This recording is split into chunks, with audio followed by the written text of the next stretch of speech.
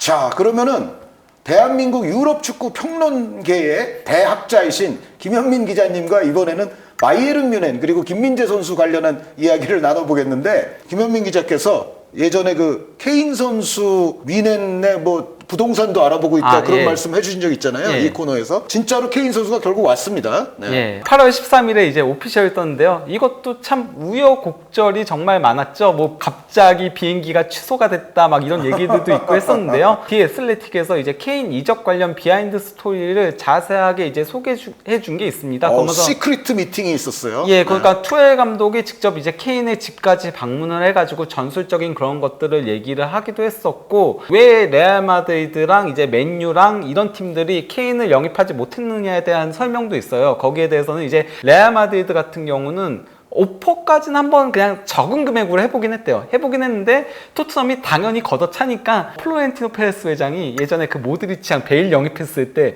너무 고생을 했잖아요. 토트넘이랑 더 이상 협상을 안 하는 게 낫다 이러면서 발을 뺐다라고 하고요. 그리고 또 이제 맨유 같은 경우도 일단 맨유 구단 측에서도 토트넘이 프리미어리그 라이벌 구단으로 판매를 하지 않을 것이다 라고 생각을 한 부분들도 있는데다가, 플러스 케인 역시도 맨유에 간다면은 우승을 보장받지 못한다라고 판단을 했다라는 부분이 있다라고 하더라고요. 네, 그거는 좀 약간 관심법인가요? 측근으로부터 나온 얘기인가요? 모르겠죠. 그거까진 모르겠는데 그래도 뒤에 슬래틱이 막 아무 얘기나 하는 그런 찌라시는 아니잖아요. 전문이고 상당히 수준 높은 평론지라고 봐야 되죠. 네, 파리 생제맹도 오퍼를 했는데, 파리 생제맹 같은 경우는 케인이 챔피언스 리그에서의 경쟁력에 대한 조금 우려가 있기 때문에 그냥 바로 걷어찼다라고, 이거는 뭐 많은 보도들에서도 나온 내용이긴 합니다. 그럼 케인 선수의 어쨌든 이번 이적의 가장 포인트는 결국은 거대한 트로피인가요? 예, 뭐 그렇다고 할 수 있죠. 리그 우승, 그것을 넘어선 챔피언스 리그 우승. 예. 헤네스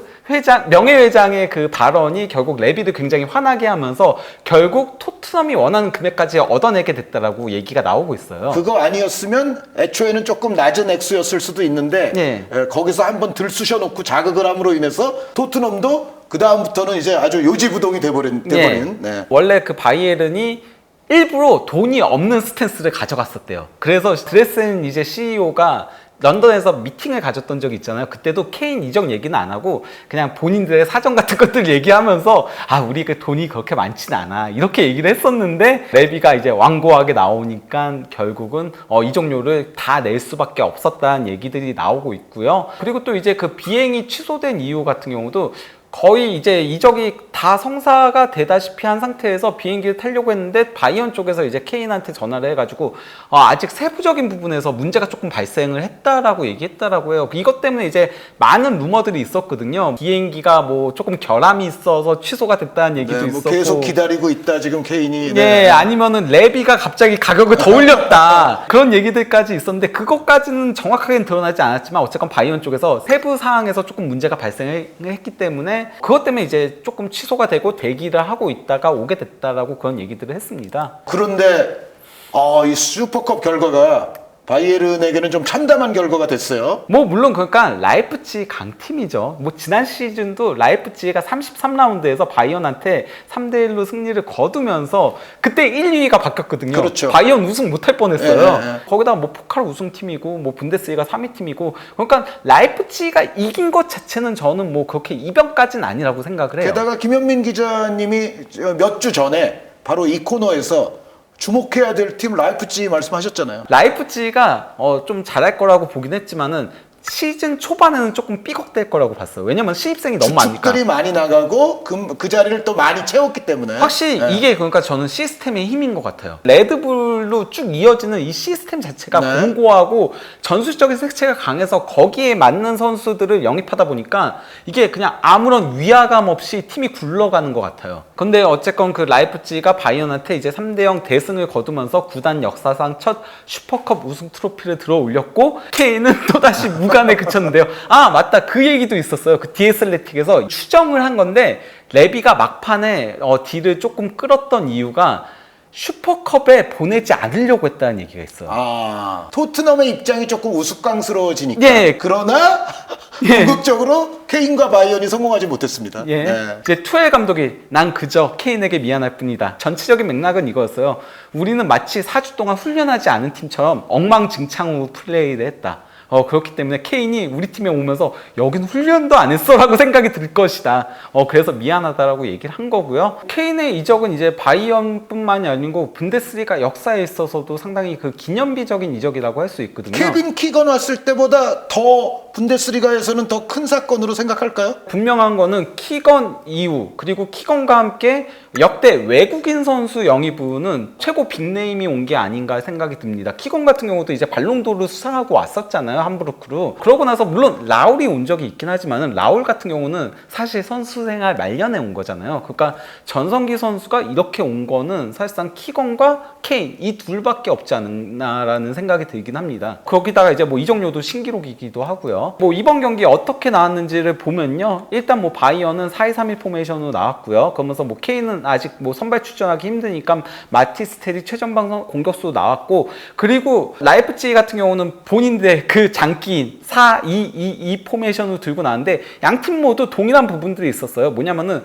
수비진은 지난 시즌 그대로 나왔다. 수비진 같은 경우는 호흡을 맞추는데 시간이 필요하다 보니까 김민재 선수도 선발 출전하지 않게 된 계기를 마련하게 되지 않았나 생각이 들긴 하는데요. 네, 경기 내적으로는 라이프치히가 이제 4-4-2 컴팩트한 이제 수비 시에는 두 줄이 되잖아요. 예. 진짜 아리고사키의 그 컴팩트 축구의 교본을 보듯이 라이프치히가 볼의 위치에 따라서 선수들의 그 유니트로서의 움직임이 엄청나게 좋더라고요. 그러니까요. 네. 아니 심지어 신입생들도 다 잘하더라고요. 예, 전 그 이렇게까지 빨리 녹아들 줄 몰랐거든요. 자이발트도 상당히 수비적으로 좋은 모습들을 보여줬고, 또 이제 사비 시몬스도 재능을 발휘해줬고, 네. 또 이제 오펜다도 빠른 오펜다도. 스피드로 네. 굉장히 많이 괴롭혔었잖아요. 심지어 교체 투입된 셰슈코도 셰슈코도 위협적이었어요. 그러니까요. 네. 골 넣는 거였죠. 그거 사실. 그래서 전체적으로 보면은 지금 저기 바이에른이 평균 평점은 그렇게까지 나쁘진 않은 것 같아요. 왜냐하면 이제 공격적으로는 바이에른이 그래도 주도하는 시간이 꽤 길었기 때문에. 그런데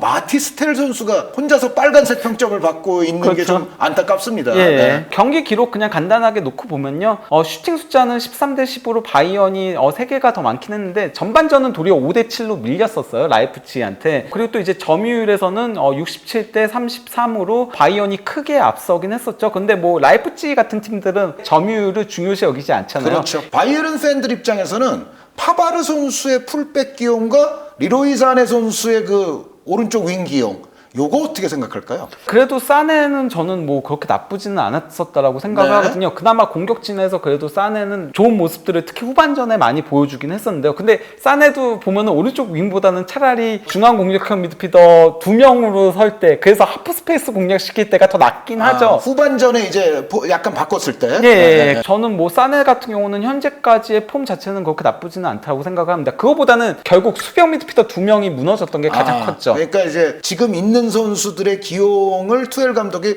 과연 적합하게 한 것이냐에 대해서 또 불만이 좀 있지만, 김현민 기자가 보시기에는 그 문제보다는 결국은 중앙 수비형 미드필드 쪽 위치가 가장 좀 큰 포인트였다라는 말씀이죠. 예, 경합에서 너무 패한 것들이 많았었거든요. 네. 근데 일단 이 경기에서 라이프치히가 굉장히 컨셉을 잘 들고 나왔어요. 일단 이거는 그냥 경기 전체의 구역별 점유율인데요. 당연히 뭐 바이언이 라이프치히 이제 수비 진영에서 28.3%로 상대 쪽에서 플레이를 많이 했죠. 그러면서 바이언이 더 주도적인 경기를 전체적으로 하긴 했어요. 근데 이제 컨셉을 확실하게 가져갔다는 걸 라이프치히가 보여주는 건데요. 이게 이제 경기 시작 0분부터 5분 사이의 구역별 점유율이거든요. 이거 놓고 보면은 바이언이 점유율 82.1%를 가져갔지만은 바이언 수비 진영에서 48.7%. 네. 그러니까 라이프치히가 시작부터 미친 듯이 압박을 했거든요. 밀어붙였던 얘기죠. 예, 네. 압박을 하면서 이쪽에다 가둬버렸어요. 가둬버리면서 그러면서 가로채서 바로 공격하고, 가로채서 바로 공격하고, 이게 반복이 됐었는데요. 실제 그 경기 시작 1분 12초 만에 네. 키미가 이제 볼을 끌다가 올모가 여기서 이제 가로채기를 기가 막히게 하고 패스를 준 게 라이머 살짝 스치고서는 굴절돼서 흘러간 거를 오펜다가 잡아서 슈팅을 가져갔는데, 이거 구석으로 잘 때린 거거든요. 네, 근데 이게 첫 번째 위협 장면이었죠. 예, 근데 네. 울라이 골키퍼가 선방을 했었고요. 결국 2분 37초 만에 라이프치히의 선제골이 나왔었는데, 프리킥을 올린 거를 골문 앞에서 약간 혼전 상황이 있었는데, 여기서도 약간 키미가 터치 미스를 범했고요. 네. 그래서 이제 흘러나온 걸, 울모 이거 예술적이었죠. 그랬죠. 태클이 3개가 있었거든요. 근데 거기를 파고드는 모르는 그런 슈팅으로 골 넣었는데 사실 올모 저는 이 선수가 약간 조금 축구도사적인 그런 기질이 있잖아요. 예, 플레이하는 예, 거 보면은. 예. 근데 단점이 저는 킥이라고 봤거든요. 그러니까 이제 정말 축구를 잘하는 선수인데 그 잘하는 것에 비하면은 뭔가 시원하게 골을 많이 터뜨리는 그런 과는 아니죠. 예. 제가 본 그 올모가 가장 잘한 경기라고 할 수 있고요. 또 이제 그 경기 시작하고 5분이 가장 위험하다 막 이런 얘기 많이 하잖아요. 아직 정돈되지 않았을 때 그때 압박을 한 게 통했다라고 할 수 있고요. 경기 종료 휘슬이라던가 아니면 뭐 전반전 종료 휘슬이 울리기 5분 전이 또 이제 방심하기 쉽다라고 얘기하는데 바로 41분부터 45분까지 이때도 또 이제 라이프치히가 미친 듯이 압박을 해가지고 바이언 수비 진영에서 34.8%의 점유율을 가져갔고요. 네. 지금 이 통계를 보시면은 바이에른 뮌헨이 항상 7, 80%로 점유율 자체는 굉장히 높은데 근데 바이에른이 자기 진영에서 갖고 있는 저 퍼센테이지가 높으면 높을수록 라이프치히가 그 시간대에 압박을 많이 했다는 얘기죠. 네. 결국 44분에 이제 라이프치히의 추가골이 나왔었는데요. 이것도 아주 절묘했어요. 베르너의 이제 패스를 받아가지고 야, 이 올모 개인기가 진짜 예술이었죠. 예. 여기서 더리우트의 수비도 너무 안일했어요. 이렇게 수비하면 안 됐죠. 볼로 가는 게 아니고 선수를 막았어야 되는데 볼을 가로채려고 갔다가 이 터닝 동작에 완전히 속아 넘어갔고 울라이 골키퍼가 그래도 잘 커버를 나왔는데도 그래서 각도를 좁혔음에도 올모가 딱 이제 골키퍼 다리 사이로 골을 넣은 거였습니다. 또 이제 66분경에 이제 페널티킥으로 해트트릭을 작성을 했는데요. 이렇게 라이프치히가 잘한 부분들도 있었지만은 바이언이 이제 못한 부분들도 있는데요. 일단 뭐 가장 먼저 언급해야 되는 거는 마티스텔의 결정력 부재였죠. 네. 예, 이 경기에서 뭐 슈팅을 4회를 가져갔는데 빅찬 스미스가 3차례 있어요. 예. 네. 그래서 정말 심각했다라고 할 수 있죠. 그 중에 최소 한 골은 넣었으면은 그랬으면은 이게 경기가 어떻게 갔을지 모르는 거거든요. 모르죠. 거기다가 이제 뭐 드리블도 한 번 시도했는데 실패를 했었고요. 패스 성공률도 67%밖에 되지 않았었고 또 이제 그라운드 볼 경합도 2회 경합을 했는데 한 번도 성공하지 못했고 무언가 그러니까 한 게 없었어요. 저는 그러니까 약간은 조금 케인이 와서 부담감을 느낀 건지 아니면은 케인 때문에 이제 본인은 더 이상 뛸 수 없다라고 생각이 들어서 좌절감이 들었는지 텔이 이렇게 못한 경기는 처음 봐요. 그 프리시즌에도 이보다 잘했었잖아요. 그렇죠. 네. 그러다 보니까 이제 경기가 끝나고 나서 마티스텔의 이제 뭐 SNS에 상당히 많은 공격적인 악플들이 그래도 이런 건 하면 안 됩니다. 예, 그러니까요. 예, 바이언 구단 이제 공식 SNS에서 텔에 대한 비인간적인 공격을 강력하게 규탄한다. 이를 하지 말아달라. 우리는 인종차별적인 그를 굉장히 역겹게 생각한다. 네. 우리는 마티스텔의 옆에 있다. 그를 지지한다. 이렇게 글을 올린 거였습니다. behind you. 너의 뒤를 우리가 바치고 있고 예. 아주 저 디스커스팅한 그런 짓 하지 마라. 이런 가운데 이제 그 바이언이 하프타임에 3명의 선수를 교체를 시켰습니다. 더리우트를 빼고 이제 김민재 선수를 넣었고 네. 또 이제 파바르를 빼고 조금 더 공격적인 풀팩인 마즈라이를 넣었고 그리고 아예 중앙 미드필드를 초공격적으로 바꿨어요. 예, 그 라이머를 빼고 코망을 넣으면서 사네를 이제 중앙 공격형 미드필더로 배치시키면서 4-1-4-1로 갔는데요. 여기서 이제 그 더리우트를 뺀 이유는 물론 뭐 이 경기에서 더리우트가 부진했던 것도 있고 전 근데 그거보다도 전술적인 이유가 조금 더 컸다라고 생각을 해요. 네, 아무래도 키미 선수가 혼자서 지금 수비해야 되는 상황이니까 게다가 뭐 키미 선수가 아시다시피 수비 전문도 아니잖아요. 예. 그러려면은 더리우트보다는 민재 우파메카노 조합이 더 낫다. 그렇죠. 운동 능력이란 측면 그리고 커버 능력이란 측면에서는 이 둘이 더 나은 부분이 있다 보니까 그래서 우파메카노가 아닌 더리우트를 뺐다라고 생각이 드는데요. 김민재 선수는 후반전만 뛰었음에도 상당히 그 넓은 커버 범위를 보여줬습니다. 거의 이건 미드필더처럼 뛰었잖아요. 위로 올라가서 커버를 많이 해주기도 하고 상황에 따라서는 오른쪽 측면까지도 커버를 해주는 장면이었거든요. 실제 중앙이 이제 리커버리 맵인 건데 리커버리는 사실상 중앙 아니면 오른쪽에서 했어요. 김민재 선수가 그런데 나폴리에서도 뭐 왼쪽으로 나와도 오른쪽 저쪽 끝에서 막 리커버리하고 뭐 뺏어내고 이런 장면들이 꽤 있거든요. 이 장면이 대표적이었죠. 이거는 한 골을 막은 거였죠. 그 셰슈코가 이제 그 배우를 침투해서 빠르게 들어가고 있는데 여기서 이제 울라이 골키퍼까지 제치고서 슈팅을 가져갔는데 김민재 선수가 사실 뒤에 있었거든요. 근데 그걸 빠르게 쫓아가가지고 슬라이딩 태클로 막아낸 거였습니다. 네, 셰슈코 선수도 이날 충분히 위협적이라는 말씀은 드렸는데 셰슈코 선수 입장에서는 아주 잘못 걸렸어요. 그렇죠. 네. 아니 데뷔전 골을 날려먹게 된 거였는데요. 그뿐만이 아니야 뭐 김민재 선수가 패스에서도 상당히 좋은 모습을 보여주면서 뭐 이 경기에서 44회 패스 중에 실패는 딱 2번, 그러니까 패스 성공률이 95%를 기록을 했습니다. 거기다가 또 이제 반대편으로 전환하는 패스도 보여주셨어요. 그러니까 롱 패스가 바로 이제 반대편으로 전환하는 패스였던 거였죠. 그리고 이제 64분경에 마침내 케인이 교체 출전을 했습니다. 네, 그런데 저는 김현민 기자님 갖고 오신 통계에서 터치 3. 네, 인상적이네요. 네. 3번의 터치. 아직은 호흡이 맞지 않았다. 저 정도 터치면은 사실 그라운드의 산책인데요. 그렇죠. 네.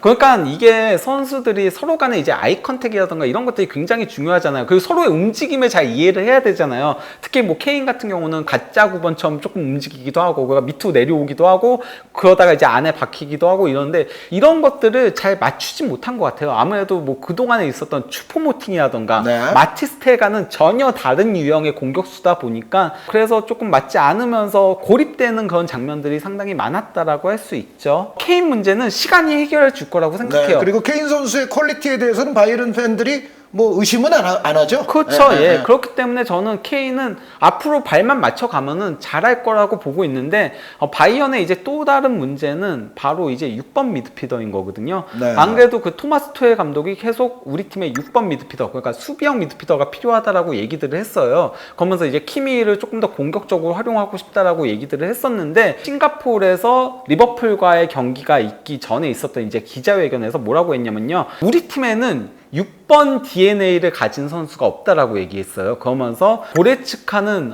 조금 신체적인 선수이고, 또 이제 그 크라벤베르는 볼을 끌고 올라가는 걸 좋아하는 선수고, 네. 그리고 라이머는 볼을 탈취하는 유형의 선수지 뒤에서 버티면서 수비의 중심을 잡아주는 6번 미드필더가 없다라고 얘기한 거거든요. 진정한 6번이 없다. 예, 그러면서 키미는 정말 다재다능하고 키미의 능력을 의심하진 않지만은 키미의 최고의 능력은 패스를 공급해주는 거다. 그렇기 때문에 키미에게 패스를 공급해주는 역할을 맡기면서 그걸 보조해줄 수 있는 선수가 필요하다라고 얘기를 했던 거예요. 근데 키미 선수가 리버풀전이 끝나고 반박했어요. 믹스존 인터뷰에서 여기에 대한 이제 질문을 기자가 하니까 내가 6번이다. 그러면서 당캐 딱 했거든요. 그런데 이 라이프치전의 결과를 봤을 때는 키미 선수가 뭔가 볼 간수랄지 수비면에서는 좀 아쉬웠던 건 사실이죠. 키미가 그래도 작정하고 6번 역할을 하면은 잘하는 선수라고 생각을 해요. 네, 저도 그런 어떤 클래스를 갖고 있는 선수라고 생각합니다. 예, 예전에 뭐 크로스랑 뛰거나 뭐 아니면 김도환이랑 뛰거나 이랬을 때도 포그바도 꽁꽁 묶었던 적이 있거든요. 그러니까 작정하고 6번 하면은 잘하는 선수인데 지금 너무 해야 되는 게 많아요. 키미한테. 네. 그러다 보면 당연히 수비적으로 실수가 발생을 하잖아요. 그 대표적인 경기가 바로 이번 슈퍼컵이었다라고 생각을 하거든요. 그러니까 저는 조금 키미가 패스에 집중할 수 있게 해주는 선수가 필요하다라고 생각이 들긴 합니다. 이거는 왼쪽은 이제 그 바이언의 시간대별 슈팅인 거고요. 키미가 이제 78분경에 나갔던 거였거든요. 키미가 있었을 때는 그래도 바이언이 슈팅 생산을 제법 하고 있었어요. 하지만 키미가 빠지고 나서는 딱 한 번 마즈라이의 슈팅밖에 없었습니다. 키미에 대한 과부하가 너무 많이 걸리고 있다는 걸 단적으로 보여주는 부분이라고 할 수 있죠. 키미의 능력을 조금 더 잘 살리기 위해서라도 수비형 미드필더 영입이 필수라고 생각이 듭니다. 여기서 질문은 바이에른 뮌헨은 지금 수비형 미드필더 영입을 위해 노력하고 있습니까? 상가레 영입을 하려고 상가레 선수. 예, 근데 상가레 같은 경우는 현재 그 플레텐버그 기자 같은 경우는 아직 현 시점에서는 그렇게 진지하게 고려 대상은 아니라고 얘기를 했어요. 그러니까 저도 지금 말씀하시고 보니까 최근에 뉴스를 얼핏 보기는 했는데 아주 강렬하게 본 기억은 저도 아니거든요. 예, 도리어 바이언이 가장 원한다는 거는 예전에는 라이스였고 네. 라이스가 실패로 돌아가고 나서는 추아메니를 고려하고 있다는 얘기들이 나오고 있긴 하죠. 추어메니 선수 또 고려하는 데들이 좀 더 있기도 한 것 같아요. 그런데 예, 거기다가 이제 레알 마드리드가 추아메니를 보낼지 여부가 잘 안 보낼 것 저 같은데. 지금 왜냐면은 지금 레알 마드리드가 공격수 영입에 실패하면서 다이아몬드 사사이로 전환하고 있거든요. 그러니까 추어메니에게도 이제 확고한 자리가 있어요. 예. 네. 이러한 가운데 그 키커지하고 빌트지에서 이제 평점을 냈는데요. 김민재 선수 평점이 3점인데 이게 그 독일은 1점부터 6점까지 주어지고 낮아야죠. 예, 낮아야지 좋은 평점인 거잖아요. 그러니까 바이언 선수들 중에서는 울라이 또 이제 뭐 우파메카노 등과 함께 가장 좋은 평점을 받았습니다. 덜리우트 선수를 그래도 고정적인 센터백 라인에서의 픽으로 생각하는 경향이 원래 많았잖아요. 네. 어떤 이 라이프치히전을 계기로 김민재 우파메커너가 오히려 우선시될 확률은 없나요? 저는 어느 정도는 가능성이 있다고 봅니다. 예. 지금 그가 덜리우트도 더 이상은 키플레이어라고 보기 조금 애매해진 감이 있다고 생각해요. 물론 그게 있어요. 덜리우트가 부상도 조금 있었고요. 그래서 프리시즌을 제대로 소화하지 못했고 조금 살이 찐 부분도 있긴 해요. 아, 그래요? 예. 그 살찌는 건 무서운 건데. 예, 그러니까 그 훈련을 제대로 소화하지 못하면서 그런 부분들이 있긴 한데 만약에 수비형 미드필더 영입이 제대로 되지 않는다면은 그러면 그 구역을 커버하기 위해 김민재와 우파메카노가 나오는 경기들도 생각보다 많아질 가능성이 있다라고 봅니다. 아, 그러니까 결국은 그 운동성 조합이 현재 바이에른에서는 중심적인 역할을 할 수도 있다. 예. 아, 그거는 중요한 포인트인 것 같아요. 예. 근데 여기 빌트지는 좀 사기친 게 하나 있어요. 키커지는 케인한테 5점 줬거든요. 네. 저게 맞아요. 볼터치 3번 했잖아요. 빌트지 3점 줬어요. 케인한테. 이거는 그 케빈 키건처럼 그 영입 기념 평점 아닙니까? 기분 나쁘지 말라고. 기분 좋아하세요. 케이님 빌트지에서 이런 기사를 올렸어요. 그 지난 시즌과 평행 이론의 나쁜 바이언이라고 이제 칼럼을 올린 건데요. 이제 첫 번째로 무서운 수비 약점이라고 해가지고 이게 단순히 수비진을 얘기한 것만이 아니에요. 그 앞에 수비형 미드필더 2명인 네. 라이머와 키미도 커버가 제대로 되지 않고 거기서 실수들이 발생을 하면서 그러면서 전체적으로 수비가 무너졌다라고 얘기를 한 거고요. 두 번째 이제 무서운 득점 알레르기. 또 케인 선수가 제대로 뛰면은 해결이 될 문제 아닙니까? 예. 세 번째로 끔찍한 리더십 부족으로 이건 이제 노이어도 지금 부상 후 빠져 있고 네. 토마스 밀러도 부상 후 빠져 있는 상태에서 리더십을 발휘하는 선수가 없다. 더리우트와 키미가 좋은 선수들이지만 이 선수들이 리더십을 발휘하지 못하고 있다. 네 번째, 무서울 정도로 경합에 취약하다. 이거는 뭐 저도 많이 언급을 했었죠. 네. 그리고 다섯 번째, 무서운 무력감에 대해서는 투엘 감독에 대한 지적이 많아요. 선수들에 대한 동기부여라던가 이런 것들을 제대로 하지 못하는 거 아니냐. 다들 전술적 명장이라고 칭송해온 사람인데 왜 이럴까요, 요즘? 그러니까요. 투엘 감독이 바이언에 부임하고 나서 현재 이번까지가 이제 공식 대회 13경기거든요. 근데 6승 2무 5패, 승률이 이거는- 5할이 안 돼요. 심지어 지난 시즌 분데스리가 우승을 못 하더라도 투엘가 간다였거든요. 왜냐면은 풀 시즌을 안 맡았기 때문에, 프리시즌을 안 맡았기 때문에 하는 평가들이 많았는데 이번 슈퍼컵 패배는 조금 충격이 상당히 크게 작용하고 있습니다. 네. 그런데 이제 나겔스만을 어쨌든 내치고 이제 후반부에 데려온 투엘인데 여기서 또 뭔가 지금 시즌 초반에 무슨 일이 벌어진다면은 그거는 바이에른 뮌헨도 사실은 쉬운 상황은 아닐 것 같은데요. 근데 이제 나게스만이 아직 계약 중이죠. 바이언과 휴가 중입니다. 나게스만은 공식적으로 휴가 중이고 원칙적으로는 그렇군요. 더 네. 재미있는 게 뭐냐면요. 프랑크푸르트 새 감독을 부임한 인물이 토프멜러거든요. 네. 바로 이제 나게스만 밑에서 이제 수석 코치를 맡았던 예, 인물이에요. 예. 투엘을 공격하는 발언을 했습니다. 아, 그래요? 예. 네. 그래서 나게스만 분께 조금 힘을 실어주려는 거 아닌가 약간 좀 그런 오. 우스갯소리도 있어요. 뭐 그럴 가능성이 전혀 0%인 건 아니네요. 저는 그러니까 만약에 분데스리가 초반에 흔들리면은 네. 그러면은 그렇게 될 가능성이 있다라고. 아, 봅니다. 그냥 원상복귀, 원대복귀다. 아, 뭐 빛나는 커리어도 있었지만은 지금 약간 위기의 길목으로 몰리고 있지 않나라는 느낌이 있네요. 저는 그 투엘 감독이 여태까지 감독직을 수행하면서 이렇게까지 흔들리는 건 처음 봐요. 네. 왜냐면은 어쨌건 첼시에서도 챔피언스리그 우승 트로피를 들어올렸죠. 파리 생제르맹에서도 결승까지 갔었죠. 네. 마인츠에서도 성공을 했었거든요. 마인츠의 성공이 모든 일에 또 기반이 그렇죠. 됐죠. 그 네. 도르트문트에서도 버스 테러 사건 때문에 그렇지 포칼 우승 차지했었고 그 이후로 한동안 도르트문트가 우승이 없었거든요. 네. 그런 점을 고려하면 투엘 감독 커리어의 지금이 최저점이라고 할 수 있습니다. 뭐 이러한 가운데 그 바이언 같은 경우는 노이어가 현재 그 몸 상태가 조금 문제가 있다는 얘기들이 많거든요. 네. 그래서 올해 복귀가 어렵다라는 우려 섞인 전망들까지 나오고 있는데요. 그래서 원래 그 바이언이 골키퍼 영입에 나섰었는데 1픽이 원래는 케파였어요. 그리고 케파 영입에 거의 근접해져 가는 듯 싶었어요. 임대 영입으로. 네, 근데 레알의 안타까운 쿠르투아 선수 부상이 네. 터졌죠. 그러면서 이제 레알 마드리드가 케파 임대 영입에 나섰고 거의 확정적으로 가고 있죠. 케파가 바이언을 거절을 한 거죠. 이 픽으로 생각했던 게 아약스의 룰리 골키퍼였는데 첫 경기에서 어깨 부상을 당해서. 요즘 부상들이 시즌 초반부터 많이 네. 나와요 지금. 그래서 전반기 결장이라고 합니다. 그래서 야신분우 쪽으로 갈지 아니면 다른 골키퍼로 갈지 조금 마마르다시빌리 얘기도 있었거든요. 네. 예, 그건 조금 더 지켜봐야 된다라고 보이고요. 과연 바이에른이 어느 순간에 지금 골키퍼 보강이 이루어질지 이것도 좀 흥미롭게 볼 수 있는 포인트고요. 마지막으로 그 대한민국 팬들에게 그래도 가장 궁금한 대목, 김민재 선수의 또 앞으로의 행보 어떻게 예상하시죠? 앞으로도 당연히 중용될 걸로 보이고요. 당장 그 분데스리가 개막전에 저는 선발 출전할 가능성이 높지 않나. 왜냐면은 지금 바이언이 그나마 긍정적이었던 요소로 뽑히는 게 김민재와 마즈라이거든요. 네. 마즈라이가 비록 핸드볼 반칙으로 페널티킥을 내주긴 했지만은 네, 네.